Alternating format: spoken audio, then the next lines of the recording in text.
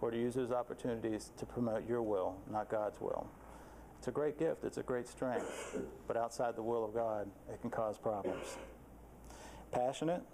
This happens all the time. The guy that I talked to at Encounters is a perfect example of this. I was very passionate about it, but I ran ahead of God. So sometimes passionate guys run ahead of God. Wise. Maybe you have the ability to look at the Bible and see truth and figure out how to apply that to your life. And all you're doing is just going to people, pounding on it, tell them what they're doing wrong, what they need to do. But there's no love in your message. And you're running people away from God. Your greatest strength can be your greatest weakness. Compassion. I never would have thought something bad could happen from being a compassionate person. This is something that I always struggled with, to be more like that. But we had a meeting with a guy this past week who's been in this group, been with Engaged since before it was even started. He was in the A team with us. He accepted Christ about the same time that I did. But we met with him, and he sat down with me, Woody, and Stephen, and he said, I'm just really upset. I've lost all my big brothers. They've all fallen off the map. He's like, and I don't know why. He's like, I'm giving them all these money, I'm coming to get them when they're getting drunk and they need, I'm doing all these things for them. And what Woody said to him was, God's given you a gift of compassion, but it's not tempered with wisdom. You're enabling these guys. That's what's going on here. So his greatest gift, his greatest passion, his compassion, was actually turning out to be a weakness for him. So they're just some ideas. We've never done this before, but any other ideas? Can anybody else just relate to anything where you can see where your greatest strength can be your greatest weakness? Ambassador George?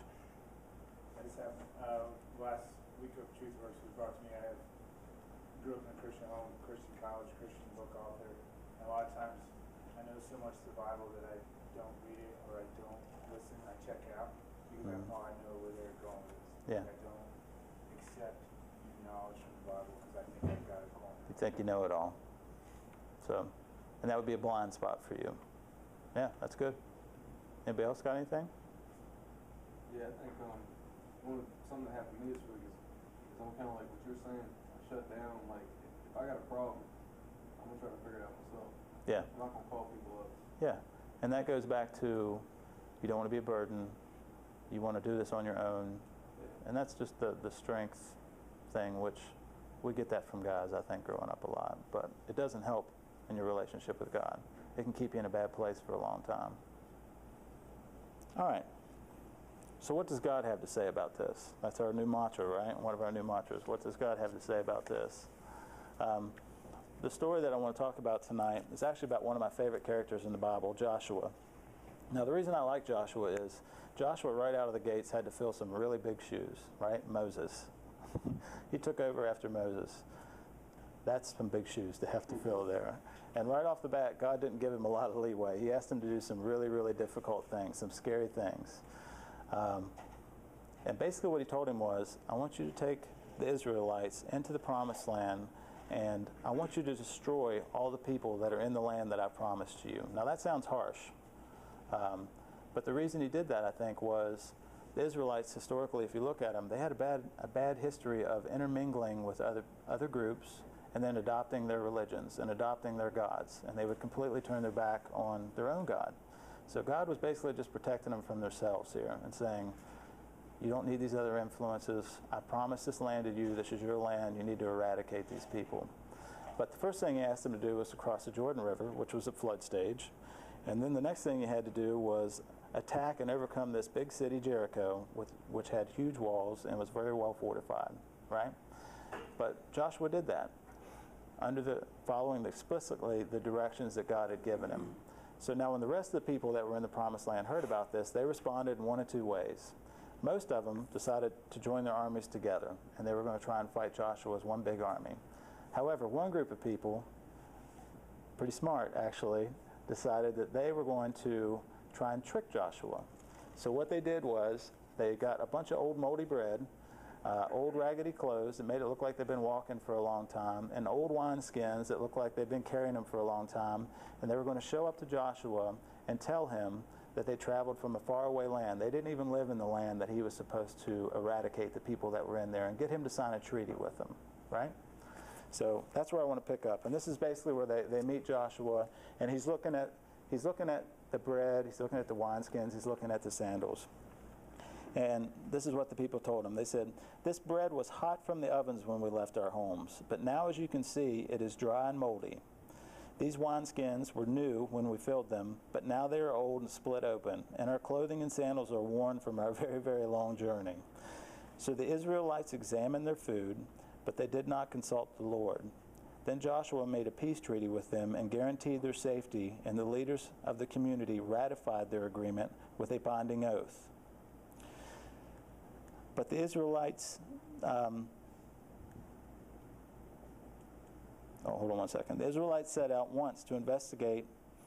3 days after making the treaty, they learned that the people actually lived nearby. But the Israelites did not attack the towns, for the Israelite leaders had made a vow to them in the name of the Lord, the God of Israel. The people of Israel grumbled against their leaders because of the treaty.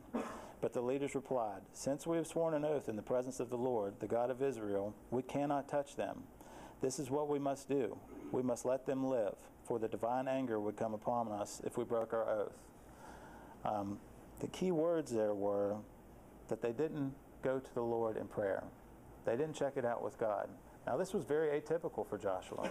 Very atypical for him. If you watch him when he crossed the Jordan River at flood stage, he waited on God for 3 days just to see what God wanted him to do. When they got to the city of Jericho, he followed God's orders explicitly. March around the city once a day for 6 days. On the 7th day, march around the city 7 times, blow your horns, and have everybody shout, and the walls will fall down. Joshua followed all that to the T. So why here, when he encounters these people, did he not take the time to get on his knees and ask God what his will was for this situation? I think the reason was because there wasn't a raging river that he had to cross. I think the reason was because there wasn't a city with walls around it and soldiers on the other side that he had no idea how he was going to infiltrate. I think the reason here was because Joshua thought he had this one. I think Joshua thought that he could do this one on his own strength. So he didn't go to God. I think he looked at God and said, "God, I've got this one." Let me ask you guys another question. You ever notice in your life sometimes how when everything's going really, really well, all at once the bottom falls out? You guys ever notice that?